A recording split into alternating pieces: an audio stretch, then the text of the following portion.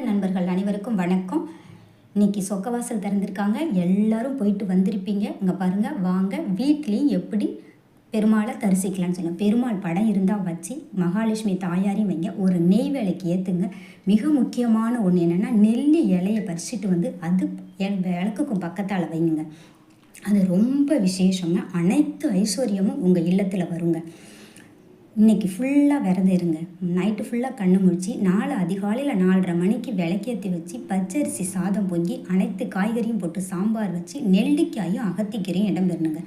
4 பேருக்கு உணவளிச்சிட்டு வந்தீங்கன்னா அடுத்த வருஷம் இந்த நாளில் இந்த நிலையிலேருந்து ஒருபடி முன்னேறுவதை நீங்களே கண்கூடாக உணர்வீங்கங்க.